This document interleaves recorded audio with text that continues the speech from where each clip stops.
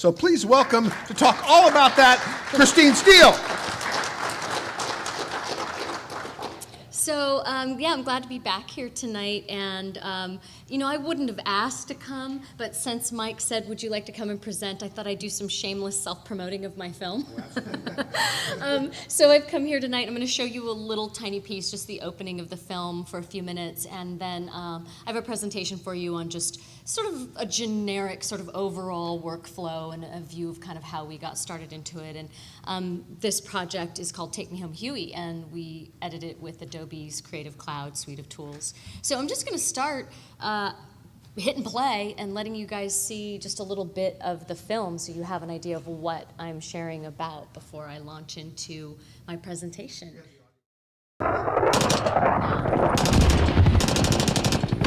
To know that you're going to get in a helicopter and fly into hell. And don't even know if you can reach your objective because of the fire you take. And they would come and they would land, or they would be 3 feet off the ground, and they would pick people up, wounded people, and people, they would be hanging off the skids trying to get on that helicopter. You could see it in their eyes, guys looking up and wanting to get on that helicopter, to get out of there. And you could see it in the pilot's eyes, and we can't take any more. You know, we're not going to be able to get out of here. Dynamite 5-2, request dust off. Type of injury is urgent, shrapnel wounds. The area is insecure.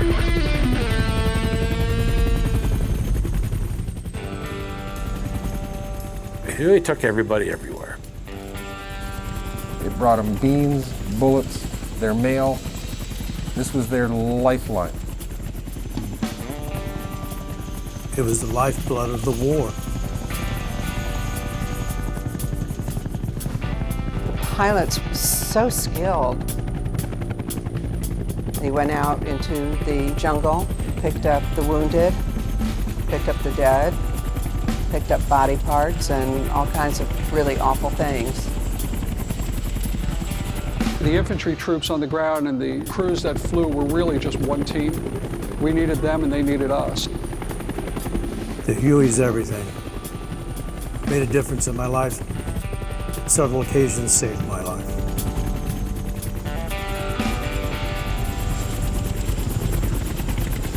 The aircraft were 5 feet apart, and these pilots, 23 years old. Yeah. You know, 7,000-pound piece of iron, and they'd all pick up together, and they'd all leave together, and not run into each other. You know, first guy says, we're going, and they all pick up together and leave. It's really spectacular. Incredible. The Vietnam War was a helicopter war, with over 40,000 pilots trained to fly them. I'm honored to be able to use a real Huey helicopter from Vietnam and transform it from a wounded warbird into a colorful sculpture. There are probably 100 perfectly restored Hueys, but I'm going to transform number 174 into art to bring awareness to the veterans suffering and on their path to recovering from PTSD.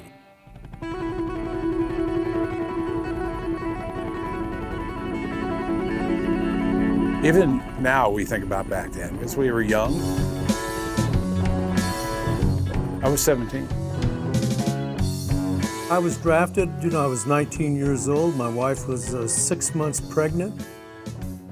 We called ourselves men because, you know, we were put in that situation. We were just boys. Yeah. So when you go there, you know, you're a chair. You don't know. You know, the turning point for somebody like that on the ground is if you can survive the first 3 months, then you'll live. And depending on what job you had, your life expectancy would go down. It's always the fear of the unknown. What's it like? What's it like? I remember coming in, we were walking off the plane. We had brand new clothes on, and they had, like it just came out of the field or everything. And the guys would go, hey, what's it like? Don't worry about it, you're gonna die. Fast forward, you lived and you're going back, and now you're in the line going back. I'll never forget a guy asked me, "What's it like?" "Don't worry about it. You're gonna die." And a lot of guys did. You know, all the guys I came in with flew out. We all, you know, we had the same date, but they weren't there. They weren't there. They weren't there.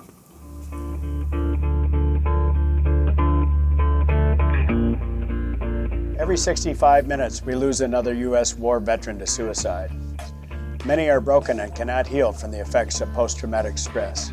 By the end of today, 22 more vets will have taken their own lives.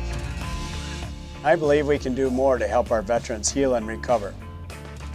Art can inspire conversation and lead to taking action. I'm artist Steve Maloney here in my studio with suspended parts from Huey helicopter 174 that served in Vietnam and was shot down in 1969. I'm going to use them to compose a sculpture to help bring awareness to those that still suffer and those that may suffer in the future from post-traumatic stress.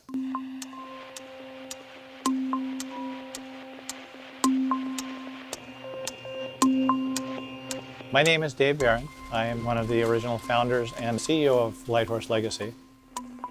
Light Horse Legacy is an outreach program developed to bring awareness of PTSD and PTSD services to the veteran. We're restoring a UH-1 Huey helicopter for Steve Maloney's Take Me Home Huey project. We found 174 right here in our own backyard up in Northeast Arizona. From there, we started investigating the history of the helicopter itself. We got lucky at the National Archives. The duty officer's log from the 1st Cavalry Division showed us who some of the crew members were. Gary Dubois was the crew chief, the mechanic, and it was his aircraft. This was a real warbird for sure. And we all should pay homage to what it did during the Vietnam War. My brother, Gary Lynn Dubois, was crew chief on this helicopter, this very helicopter that I'm sitting at. He was killed in Vietnam. I never ever dreamed that I'd see the helicopter that he was shot down in.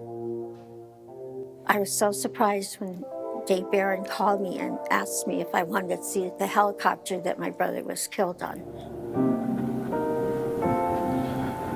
Connection, huh? Yeah. It's almost like touching him.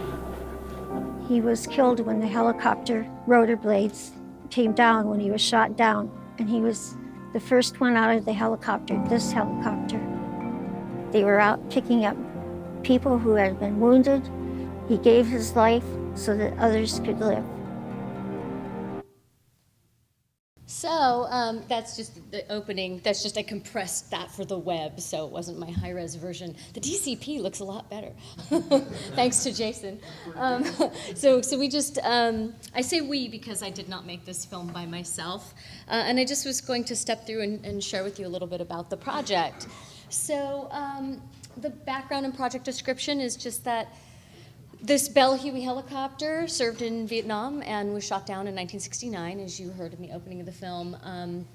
And my filmmaking partner is named Alicia Brauns, and I couldn't make films like this by myself if I wanted to. It's so much better when you collaborate with some great people. And she and I got commissioned by an artist named Steve Maloney to make this film and to be involved in this project.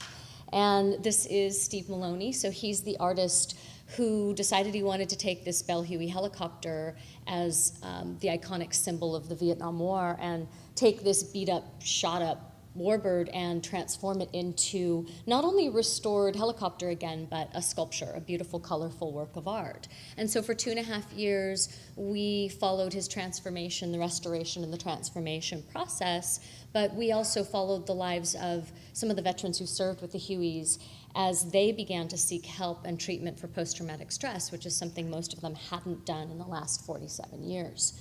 So that's Alicia and I over there. So we co-directed and we co-produced this film together. And Light Horse Legacy was the nonprofit that secured the helicopter and used veterans to help restore it back to an original whole frame again for Steve to create the artwork. So that's what she looked like when they first got a hold of her. And this was a 2-year process to do that restoration. So, we did other jobs on the side, and over the course of the process of filming Steve's art creation and the restoration and the interviews with the veterans, we slowly built this together. And our challenge was not just to create the film. So this is a project that's the sculpture. So the fine artist, Steve Maloney, wanted to tour this around the United States as part of President Obama's initiative for the commemoration of the Vietnam War. And the 50th commemoration of the Vietnam War was stretched out over several years because the war went on for so long. So our challenge was to not only create the film, but to create social media and content for his exhibits at museums, art museums, air and space museums and such. So we decided to use the Creative Cloud, and we went with the Adobe suite of tools, not only because it's what I have going on at my studio, but because it just fit the needs of the projects really well. So essentially what we did was we took the work through this process. Now, before we started this 2.5 years ago, so before the whole proxy process existed inside of Premiere, we used Prelude on location to do a lot of the ingesting, and we used a lot of Photoshop, and we used Media Encoder, Audition, After Effects, and of course Premiere Pro as our hub for the edit. We used Creative Cloud for our project sharing because we had a couple editors on board at the beginning of the project. She and I finished the edit together. And we're working with Steve and a producer named Steven Zapantis. So we essentially were working from our own home studios and sharing all the projects through the Creative Cloud. So this process worked really well for us. Premiere was our hub, and that worked. We decided this was going to work really well because ultimately we had multiple formats. We wanted to be able to throw different frame rates and different footage types into the same timeline. We didn't do transcoding. We were on location in different places, and we didn't really have the budget that was going to allow us to take a film crew from Los Angeles with us and put them up in hotels and fly them places. We just didn't have that level of funding. So this was allowing us to work with local crews, which, there are pros and cons with that, but we were able to work with local crews, and whatever gear they had, they could use because we wanted people who were comfortable with their cameras and lenses. And then I just was able to take whatever formats they gave me, as long as it was 1080 and 2398, I was cool, right? So it was like, great, shoot the best stuff you know how to shoot, and I will deal with that in Premiere. So that was the way that we were able to do this on a budget, an independent budget. So this non-centralized freelance team, we were all working on our own systems, and production and post were happening simultaneously. So on the set, we were using Prelude for naming and backup and ingesting. Now I use the proxy workflow, but this is how I was working on this project at the time. So now I would be able to just import or ingest my footage through Premiere and create proxies if I wanted to. But in this case, I just ingested, and the reason I was using Prelude is, one, I knew it really well. It was really easy to teach people on location, on local crews, how to use it and what I wanted done, and then everything could be batch renamed. For the most part, that just made my life a lot easier to walk away with a drive full of named footage, And then we went into Premiere Pro and created the multicams with the hard disk audio, and then used Premiere to sync those. And then on a couple of occasions, I used Pluralize. So I did a combination of the two, depending on the circumstances. And then I had a wonderful editor at that time who did a lot of the syncing, and then later when he went off to the job I left behind at ABC, I then, for the last few shoots, I just did all the syncing myself, and sometimes I'm lazy and just throw things into Pluralize. So, but there were some advantages to doing the multicam. You'll see that in my screenshots from Premiere. Doing the multicam inside of Premiere allowed me to marker everything, and I really liked that process.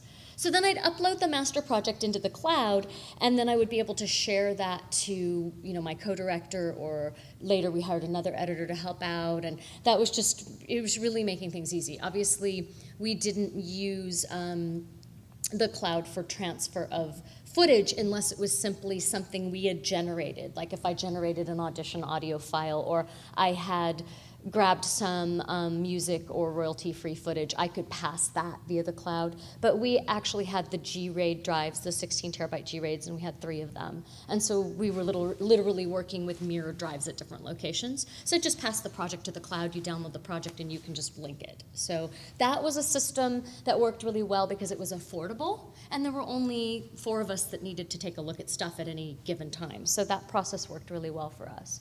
And then the overview is basically while the research was going on to find the crew from this Huey, we wanted to be able to figure out who flew on this Huey, and we got really lucky, but we also had the founder of Lighthorse Legacy doing this incredible research for us. We also needed to generate some funding. So we didn't have any footage really shot yet, so we used After Effects and Photoshop and conceptualized what we wanted some of the film to be like in order to approach groups that fund veterans initiatives to see if we could get some money for the film. So while the design for the sculpture was going on, we were also creating promotional materials.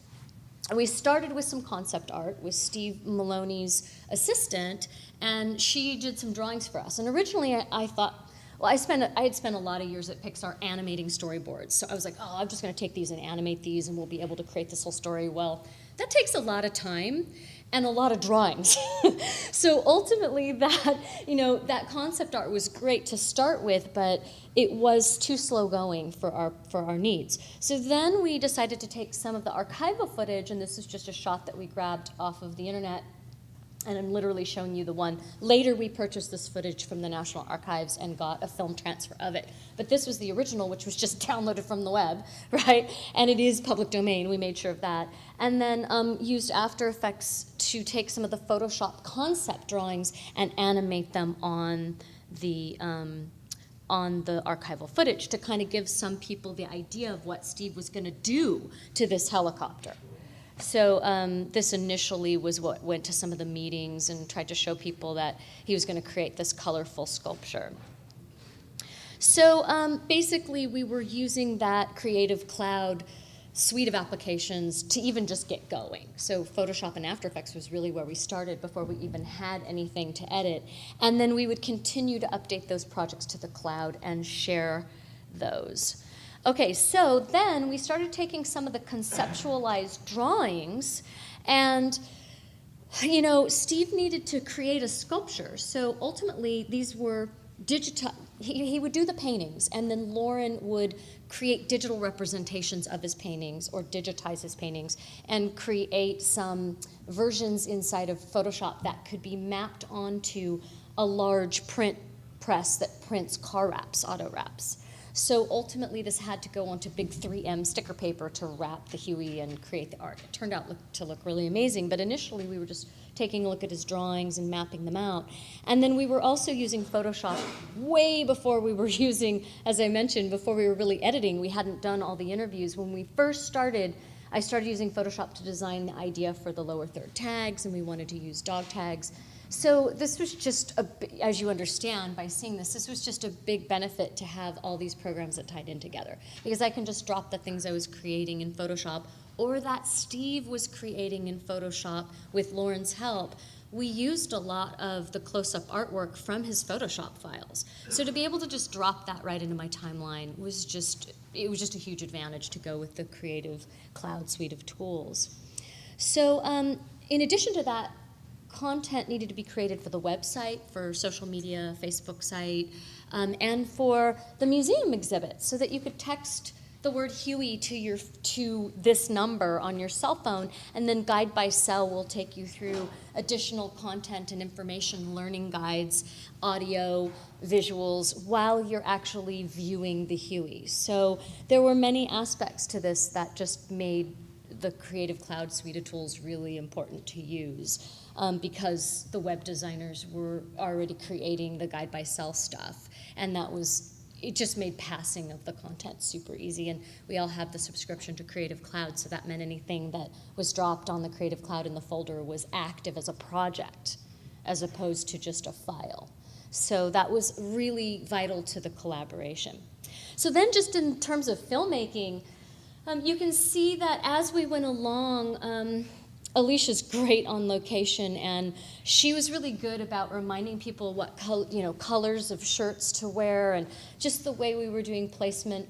And then later on, when I was working on the style of the edit, I really made sure to use the interviews that are front-loaded in Act 1 are all really dark and really, they're heavy, and they really match the place that some of these veterans were in emotionally and mentally when we first met them. They hadn't yet gone on medication or seen a therapist or gotten any help for their post-traumatic stress. That was really significant. And the Huey, she was really battered and just looked a mess. So we started in this place where we wanted to progress the look into this change, into this transformation of bright colors and, reflect this 2.5-year process of transformation of both the Huey and the veterans. So you can see in terms of exposition, the way I laid things out in Act 1, Act 2, and Act 3 reflects this. So if you take a look at Act 1, the Huey in her original state and the first interview of Carl and Tom,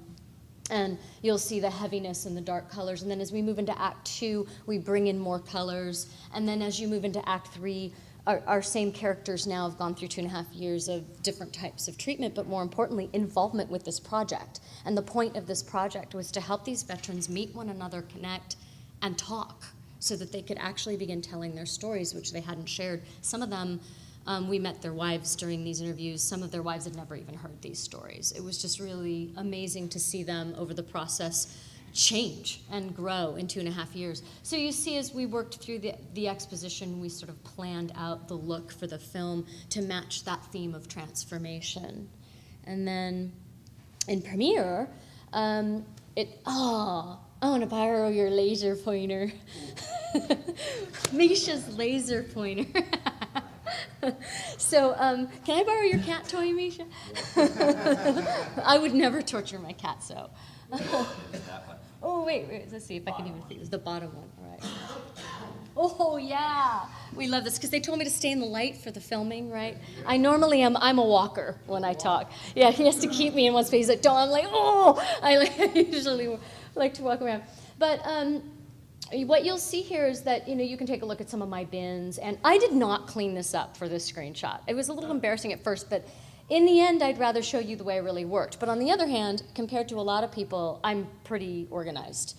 So I've got my bins in here, and we have character bins. So this is Dave Barron, the CEO of Lighthorse Legacy. This is Steve Maloney in an interview we shot of the two of them side by side. So we created the multicam master, and then what we did is we took the multicam master and picked first, we created a sequence. I mean, a multicam inside of Premiere Pro is a sequence. You guys know that?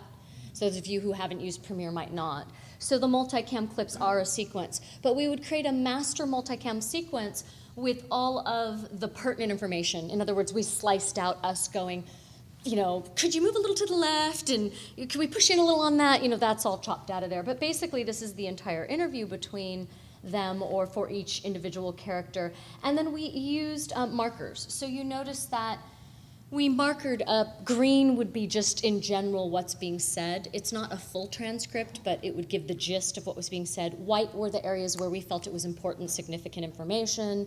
And then we lined it all up. And then we made a new sequence of this, of the selects for each. So that was basically the overall workflow. So we had a character bin for every single interviewee. Some of the interviews took place with multiple people, so there'd be 2 shots. And then each of those get their own multicam master sequence that's in its entirety, and then a select sequence from that. And that's basically the way we set the work. So we organized the footage, we created the multicam sync sequences, and then we really went to town with the markering. So this kind of shows you, this is my, you can see here my interview bin. This is Dave Barron's set of interviews. And then you can take a look here at all the different interviewees. So each one has their own bin. And then if you go into this is his single sit-down interview. So there's, obviously an extreme close-up, which allowed me to use this camera at the beginning of the show when I didn't really want to give away the colorful artwork yet. Right, we didn't want. So then towards the end, I used this camera because I really wanted you to see more of that color and make that transition. So here, you just get the close-up of them. And that also gave me the 2-camera cutaways if I needed to not cut to someone else, which was great. So most of our setups were 2-camera. And then we marker the hell out of this stuff. So it used to be Premiere gave you this awesome, well, it was kind of funny because it only got it right 60% of the time, but it would read the waveforms and it would give you a transcription of the audio. And sometimes it would say, you know, cow instead of car, which was kind of funny, but you could figure it out. They took that away, so we manually had to go through and create these, am I hitting the wrong button? Yeah. Create these notes for each of the markers. And then you'll see over here, the colors will show you that in the white areas were things we were drawing attention to for each other. So I'd take a batch, Alicia'd take a batch, one of my editors, Kenji, would take a batch, and we would just go through and marker the hell out of that interview. And then we'd throw it up on the cloud, and we'd each be able to sync it on our own systems. And then we could just read the entire interview, not verbatim, but the general gist, and we had search, you know, obviously then we can search the markers for the keywords. So for exporting, you know, this was another reason to go Creative Cloud, is that Adobe Media Encoder allows me to export multiple things simultaneously. What you just watched was the version I uploaded to Vimeo that's locked for my producers that you know, to get approval. That's how we worked, was through a locked Vimeo upload, which was great. And you know, we did talk about going to some of the other more useful applications where people could make notes, and you know, there's a lot of different options out there for that, like Frame.io. And in the end, they weren't really giving us notes. Alicia and I were doing all the directing, and in the end, all the editing. So they were giving us feedback, which was super valuable, but they weren't going to sit there and type at this time code location, do this. That was up to us. So yay! That to me is making it. It's not about the money. It's that I didn't have somebody telling me to shave a frame at 12:02:10, right? So then we created export presets for review screenings and uploaded those. And then we could instantly upload to Vimeo through Premiere's export. So we used Adobe Media Encoder for all of that. And this is just a pitch. If you want to do some online learning, I've got some videos on commercial and narrative editing techniques in Premiere.